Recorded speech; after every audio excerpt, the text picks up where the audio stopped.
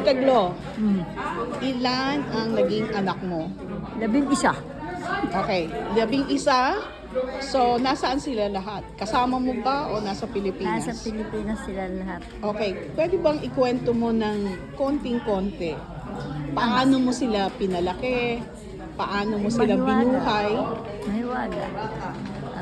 Ang bunso ko, 3 taon iniwan ko. Pumunta ako dito sa Amerika. Pero silang lahat, tinulungan ko habang ako naito sa Amerika. Nagkaroon sila ng kanya-kanilang buhay. Mabuti naman. Hanggang sa ang bunso ko. Nakapagpabahay din siya ng malaki.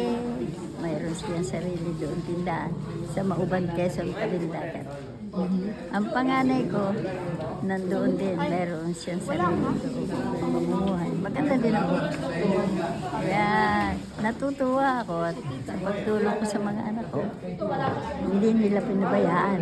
Hindi ko sabihin, hindi katulad ng ibang, yung anak mo, grabe. Ang mga anak ko gumawa ng mabuti kasi alam nila, naghihirap ang mama nila.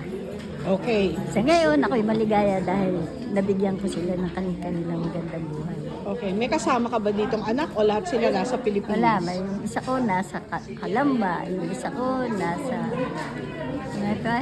Puerto Princesa. Meron siyang maganda din buhay, may tindahan sila. Yun, kaya ang mga anak ko kanya-kanya malalayo kung saan sila, hindi ko alam na kung ano. Basta maganda buhay nila.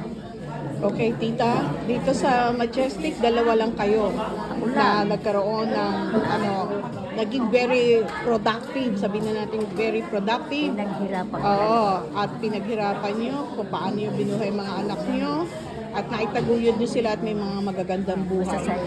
Okay, congratulations, tita. Masaya Isa sila. ka. Sa At masaya paghihirap ka? ko, sa paghihirap ko, walang gumawa ng masama. Okay. Katulad ng iba, adik, marahil naawa sila sa akin. Okay, so lahat sila nasa Ayaw mabuting nagpapatawa. kalagayan. Pero may 3 na akong anak na patay. Oh, it's okay, it's okay. 2 babae, 1 lalaki. Yeah, ang importante doon, 10 ang inilabas mo, ang Naitaguyod ko naiproduce sila. nyo ng iyong asawa. Nagpapasalamat ako sa Panginoon Diyos, walang nangyari na sama sa kanila. Okay. Yun, namatay sila. Pero okay naman.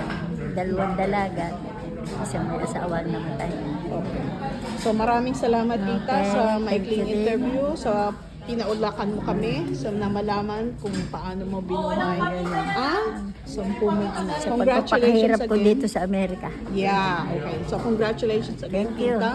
And isa ka sa sasabihin na nating Mother of the Year ng Majestic. Thank you. Thank you so much. Okay, bye-bye.